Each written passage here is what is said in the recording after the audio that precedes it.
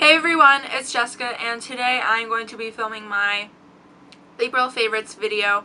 I actually haven't done a monthly favorites video in about 2 or 3 months, I want to say, somewhere around that time. So that is actually kind of good for this video because I have some new exciting products to show you guys that you probably haven't seen at least me talk about. I know I haven't talked about some of these yet. So yeah, let's just go ahead and get started with the video. So I'm going to start off with the two face products I have with me. The first one is a moisturizer and the other one is a face powder, and these are actually very important to me. They were this month especially because you guys will see in what will either be my next video or it is already up before this one. I'm putting up my prom video, so that's super exciting. But I didn't mention in that video that I put on makeup that I haven't used in quite some time, and it probably should be thrown out, so I should go and do that sometime soon. But anyways, after I was taking off my makeup after prom, my face was very, very itchy, and I wiped off all my makeup and I cleaned my face and all that, and I noticed that my face was very, very red and irritated, and when my face dried from like whatever I was washing it with, it was very, very dry to the touch and kind of flaky and bumpy also.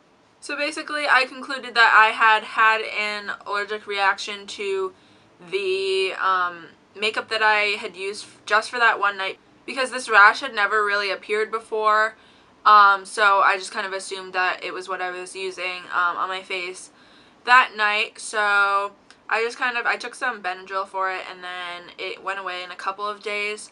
But I actually didn't realize that I was using another new product as well. It was a Korres, I don't know how you say it, moisturizer that I had used the night before prom. Yes.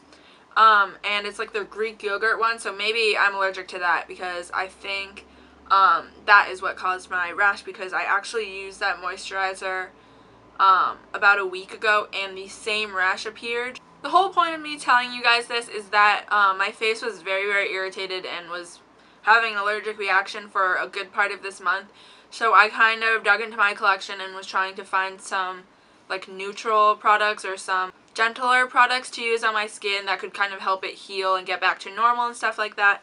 So I pulled out for moisturizer instead of that evil one that caused my face to break out. No good. This is the Clinique Dramatically Different Moisturizing Gel. This is the one, it's the gel, so it's supposed to be for combination oily to oily skin, which is what I have. And this has been great for me. My skin is getting back to normal still. It's still in the process of that, but I feel like this is helping because it's just kind of gentler on my skin, and I have used this in the past, last year or a year and a half ago. So I knew that it works for me. It doesn't break me out. My skin responds pretty well to it. So I went back to this, and it has been really, really great for my skin. It's been moisturizing it, but I think probably the problem with that is that it's a stronger moisturizer. So yeah, this moisturizer has been really, really good to my skin for this month. And then going along with that, I know probably I shouldn't be wearing any face makeup at all if I'm trying to get my skin back to normal after it had that weird rash on it, but I still wore makeup to school. Oops. But yeah, I did tell myself that I should not wear concealer because I would be concealing the spots that were red and bumpy and just kind of gross looking to make them appear not as gross looking. And that would just be like concentrating a bunch of products on the places that are already irritated, and I didn't want to take the risk of my concealer irritating those spots even more by just packing on and concentrating it there. So I have just been doing a light dusting of powder, like really, really light, over my skin, and I have been using the Studio Fix powder from MAC, and I have the color NC25. It fits me very, very well. And the good thing about this powder is that it's pretty full coverage, and it just does a really, really good job of covering what you need it to, even though it is just a powder. But the good thing about this is, as I said, I was just doing a light dusting, but even a light dusting with this, it still covers even though you're not putting all that much product on your face. So that has also been really, really good for my skin and just covering the little bit that I want it to. So the third product I have to show you guys is this lipstick. You probably recognize the packaging if you've been to the drugstore lately and looked at these. I don't even know what brand this is from. I think it's Maybelline. It doesn't even say on the packaging, so that's just wonderful. But the color that I have, this is a lipstick if I didn't mention that. This is in 905, and it's called Brazen Berry. And all of the lipsticks in this line have this like neon red covering thing, so that's how you can tell that they're from the line. And this is what the color looks like. Hopefully you guys can see that. And when I saw this color in my Target, I got super excited because I've been looking for like a purple color like this for a very, very long time. But actually when I got home and I tried it on, it's actually pretty sheer, and it also is quite a bit pinker than it looks like in the tube. So I was kind of disappointed at first that it wasn't the bright purple color that I wanted it to be, but I've actually kind of tried to wear it a bunch of different ways, and I actually really, really like it now. I'm wearing it today, if you guys can see the color that is on my lips. I'm wearing this like pretty thick, not thick, but like a couple coats of it, and then I'm wearing Revlon's lipstick in Lilac Pastel over that just to make it a little bit more purpley. But as you can tell, it is still pretty pink. So yeah, this color is actually very, very pretty, even though it isn't the bright purple that I thought it was, and I have been loving it recently. Alright, the last two products that I have to show you guys are both eye products. They're both eyeshadows actually.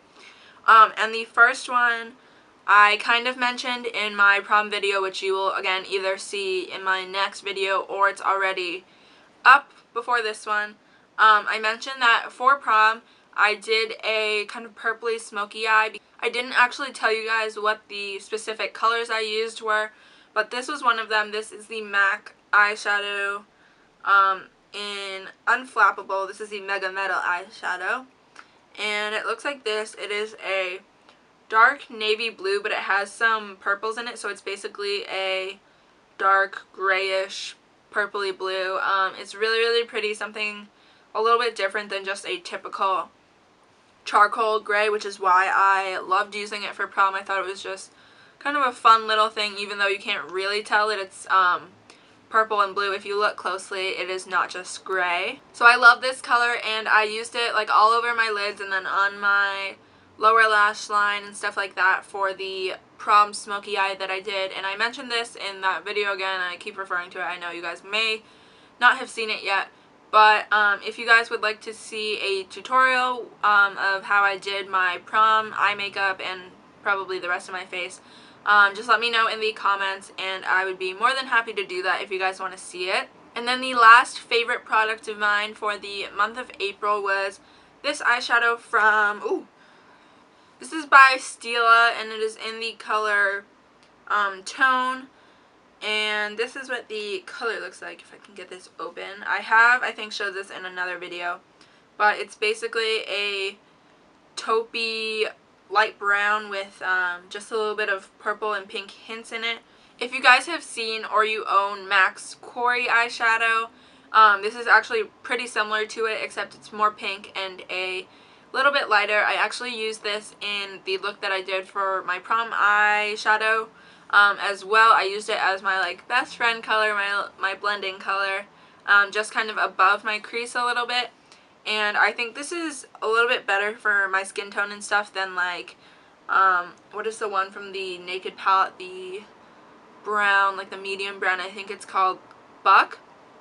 This I think looks a little bit better on my eyes because it is purpley, so it does have that more prominent cool undertone to it rather than Buck, which is very, very warm. It has very like orangey undertones in it. So yeah, this Tone eyeshadow is really, really pretty for the crease slash best friend blending color, or all over the lid is really, really nice too because it's a nice neutral matte.